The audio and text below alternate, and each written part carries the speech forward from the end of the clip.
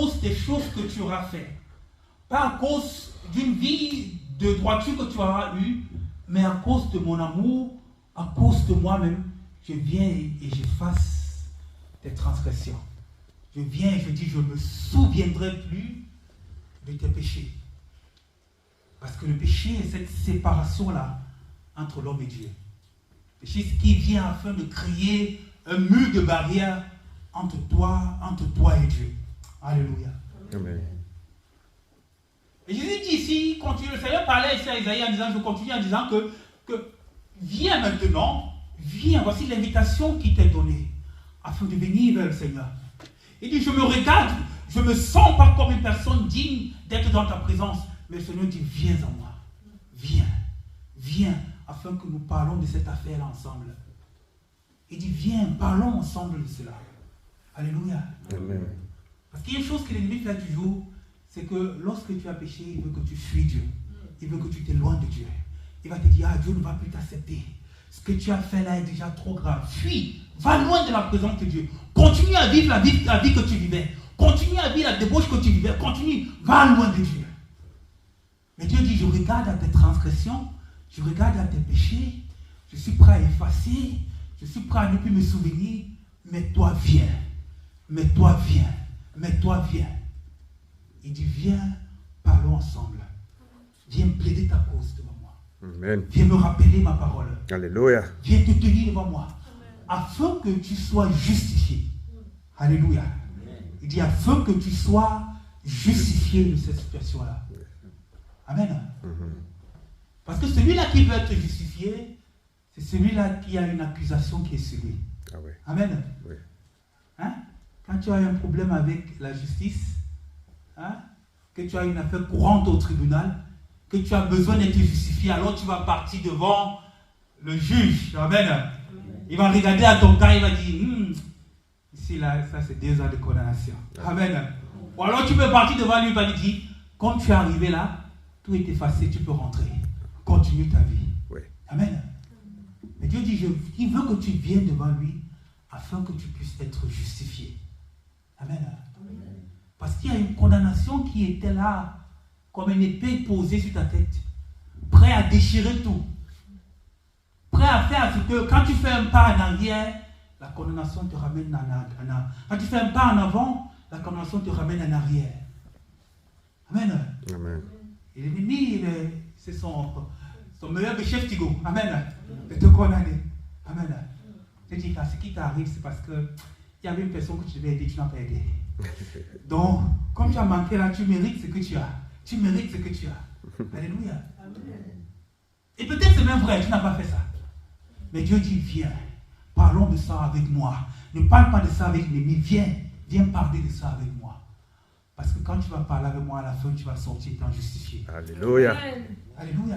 Amen. Donc, à chaque fois que tu as quelque chose, une condamnation, va vers Dieu. Va vers Dieu. Il est celui-là qui va te faire sortir de cette condamnation. Amen. Parce qu'il veut te justifier. Yes. Parce qu'il veut te justifier. Yes. Amen.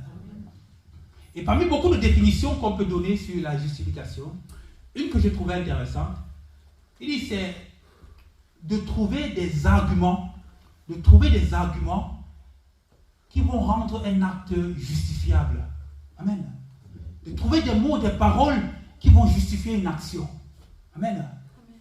Que la justification vient par des arguments qui sont trouvés, afin de dire que parce qu'il y a tel argument, il y a telle parole, alors tu peux partir. Amen. Il dit, viens afin que je sois justifié. La justification est tellement importante parce que tu ne peux pas, on ne peut pas avoir une vie efficace de prière sans être justifié. Amen. Dans Jacques 5, le verset 16, la deuxième partie du verset dit là-bas que la prière efficace du juste a une grande efficacité. D'accord, la prière fervente du juste a une grande efficacité. La Bible met là-bas du juste.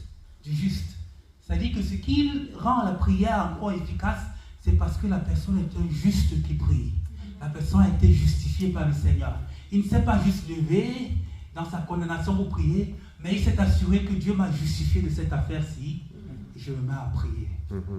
Amen. Et il dit prier de manière fervente. C'est-à-dire prier avec continuité. Prier sans se relâcher. Amen. Si c'est seulement prier sans se relâcher, il y a les gens qui font ça. Amen. Toutes les religions prient. Amen.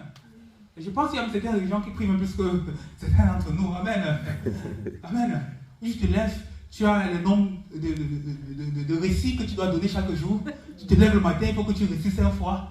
À midi, il faut que tu récites une autre fois. Donc ils sont fervents. Alléluia. Ils sont fervents. Donc peut-être ils sont même plus fervents que toi. Amen. Mais ils ne sont pas justifiés. Ils ne sont pas justifiés. Ils n'ont pas su venir à Dieu pour obtenir justice. Pour être justifiés. Amen. Et ils s'engouffrent dans des récitations. Et des récitations encore. Amen. Et plus ils récitent, c'est comme si plus sa vie va en bas. Plus ils récitent, plus l'ennemi encore prend le dessus sur eux. Amen. Amen. Mais ils continuent à résister. Mais Dieu veut que quand je m'engage dans l'exercice de la prière, que je vienne là-bas comme étant injuste. Comme une personne qui l'a justifié. Amen. Amen. Comme une personne qui l'a rendu libre. Et avec des arguments qui vont adresser ce cas-là. Alléluia. Amen. Il dit, viens à moi. Parlons ensemble. Rappelle à ma mémoire. Amen. Amen. Rappelle à ma mémoire. Et c'est un passage toujours tellement intéressant. Parce que si Dieu dit que viens et rappelle-moi, il faut que tu viennes, tu le rappelles. Amen. Et c'est aussi un passage un peu contradictoire. Amen. Parce qu'on va dire, mais est-ce que Dieu a oublié? Alléluia. Est-ce que Dieu a oublié? No. Alléluia. Dieu n'a pas oublié parce qu'il est omniscient. Il connaît toutes choses. Il est omnipotent, il est partout. Amen. Donc il y a pas une histoire que tu vas sortir que Dieu ne connaît pas. Amen. Mais il insiste de dire que viens, rappelle à ma mémoire parce que il veut t'aider à produire en toi de la foi. Amen. Rappeler à sa mémoire veut dire, il veut dire, est-ce que quand tu viens, tu te souviens de ce que j'ai dit? Ou est-ce que tu viens seulement pleurer et dire, ouais Seigneur, ça ne va pas, ça ne va pas, ça ne va pas? Ou est-ce que, ou alors tu viens dire, Seigneur, tu as dit, voici ce que ta parole dit. Amen. Amen. Je veux que quand tu te fais le pas pour aller vers lui, que tu saches les choses que tu vas lui dire dans sa présence. Amen. Amen. Et beaucoup de fois, nous nous concentrons juste à pleurer sur nos cas et nous mettons de côté la parole de Dieu. Amen. Nous implorons la situation que nous traversons, mais nous ne nous équipons pas de la parole de Dieu pour entrer dans cette situation. Alléluia. Il dit, rappelle en ma mémoire. Qu'est-ce que j'ai dit par rapport au cas que tu es en train de traverser? Amen. Est-ce que tu penses que ton cas n'est pas dans la parole de Dieu? Amen. Ou tu vas dire à Dieu, tu n'as encore rien dit. Alléluia. Amen. Est-ce que tu sais ce que Dieu a dit par rapport à la situation qui est la présente? Amen.